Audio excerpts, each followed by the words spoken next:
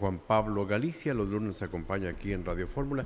Juan Pablo, ¿cómo te va? Bienvenido. ¿Qué tal, José Luis? Muy bien, muchas gracias. Un saludo a todo el público de Grupo Fórmula. Pues, ¿qué tenemos en cuanto a encuestas, nomios, crecimientos políticos? Sí, pues fíjate, el día de hoy se ha estado comentando mucho porque han salido encuestas que son, digamos, muy comunes. Hay varias encuestadoras aquí mismo en Yucatán, digamos, para temas locales. Sabemos que hay algunas firmas encuestadoras que suelen sacar cada cierto tiempo sus ejercicios de medición. Por ejemplo, Massive Caller en el ámbito local es de las más comunes. En el ámbito nacional también, pero sobre todo hoy han salido dos encuestas importantes. Por ejemplo, la de México Elige es una de ellas, y también el periódico El Financiero ha sacado su propia encuesta para medir cómo va el avance de las corcholatas morenistas. Por un lado, el proceso interno de Morena para definir quién va a ser su candidato o candidata a la presidencia de la República, que ya sabemos que ellos le llaman pues esta lucha interna por la coordinación nacional de los comités de defensa de la 4T, y también han medido, por el otro lado, el proceso interno de la oposición, pese a los problemas técnicos que han tenido y que no tienen conforme a ninguno de los aspirantes registrados, para definir pues quién sería el abanderado o la abanderada de la oposición del Frente Amplio por México, también para quién sería la candidata o el candidato presidencial de ese bando. Me llama la atención y me parece que es importante justo ponerlo sobre la mesa, porque si bien pues estamos, digamos, a unas alturas del partido todavía quizás muy temprano en el tiempo, porque hay que recordar que va a ser hasta el 3 de septiembre que la oposición defina quién será su candidato o candidato, y en el caso de Morena hasta el 6 de septiembre con la encuesta que ellos realicen también por esas mismas fechas. Lo cierto es que en este momento hemos visto ya, por ejemplo, que por tercera semana consecutiva, hablando en términos mediáticos, Xóchitl Gálvez ha logrado no nada más posicionarse como quizás la aspirante de la oposición que más réditos está dejando, la que mejor además ha sabido contestar los dichos del presidente, los ataques del presidente, y a quien el presidente mismo ha identificado quizás como la adversaria más visible dentro de lo que cabe, si es válida también esa palabra, más visible de todo el espectro amplio que hay de 12 aspirantes que se mantienen en la carrera de la oposición para ver quién sería el candidato, ¿no?, presidencial. Que los demás, lo cierto es eso que dices. La verdad es que el caso de Santiago Krill, el caso de Enrique de la Madrid, no es que no estén caminando el país, porque la verdad es que los dos y los demás también han señalado pues en sus agendas cuándo van a tal lugar a recolectar firmas, a señalar cuál sería su proyecto, pero lo cierto es que en medios de comunicación, sobre todo en medios masivos, la única voz que se escucha del lado de la oposición es Xóchitl Gálvez, y Movimiento Ciudadano también del otro lado por los pleitos internos que están teniendo y que Dante Delgado está tratando de contener para que no haya una desbandada para este proyecto que ellos tienen de ir solos en 2024 y tratar de cosechar rumbo al 2030. Ellos tienen otra ruta, pero en este momento también andan por su propio proceso. Incluso me da la impresión de que el crecimiento de Xóchitl ha impedido que se hable más del proceso para que puedas subirte y registrarte.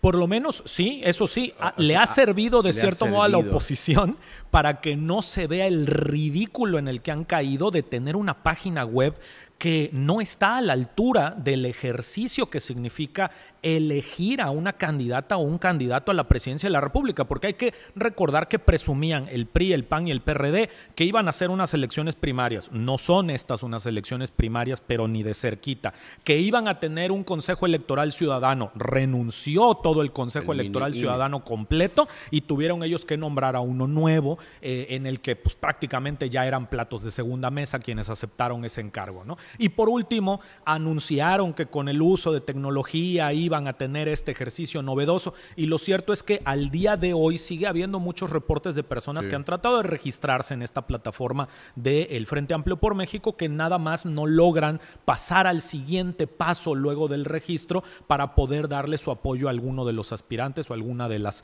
aspirantes de la oposición.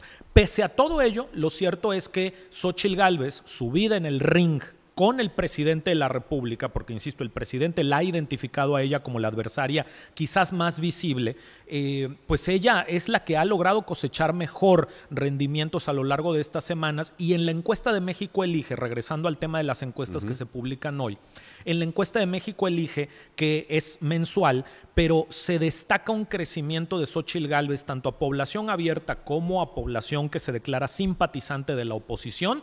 Un crecimiento, José Luis, de 38 puntos porcentuales de Xóchitl Gálvez de junio a julio. Por supuesto que el crecimiento se escucha bastante grande, 38 puntos porcentuales, para obtener ya un total de 51%, 50.6% de las preferencias, dejando muy por atrás a Santiago Krill con poco más de 10% y Enrique de la Madrid con poco más del 10%, es decir, les lleva 40 puntos de ventaja en esta encuesta de México Elige.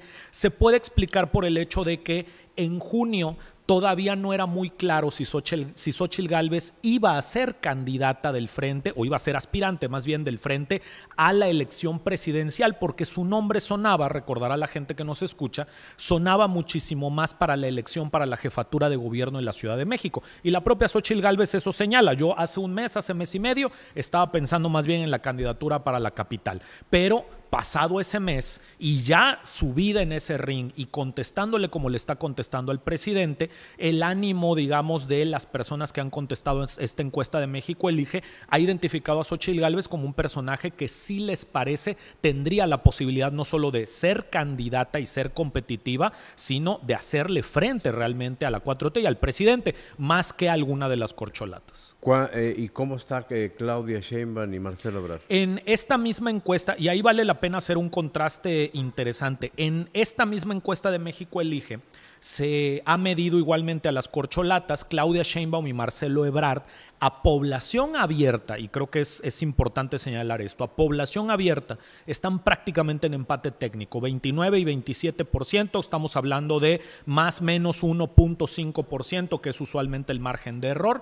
La verdad es que eso prácticamente es un empate, y estas son buenas noticias para Marcelo Ebrard, porque estamos hablando de que la encuesta de Morena, que se va a levantar a finales de agosto, principios de septiembre, es a población abierta, porque México Elige, haciendo el mismo ejercicio, pero ahora entre personas que se declaran simpatizantes de Morena, señala que la distancia entre Claudia Sheinbaum y Marcelo Ebrard es mucho más grande, pero no van a ser militantes morenistas los que van a definir quién va a ser el candidato o la candidata de Morena. Va a ser, de acuerdo con el acuerdo del Consejo Nacional de Morena, va a ser una encuesta población abierta. Entonces, estas son buenas noticias para Marcelo Ebrard, pero del mismo modo también puede llegar a generar que al interior de Morena se vaya viendo mayor rispidez y se vaya polarizando cada vez más al interior entre las propias corcholatas este tema, porque no cabe duda que Marcelo Ebrard no es mal visto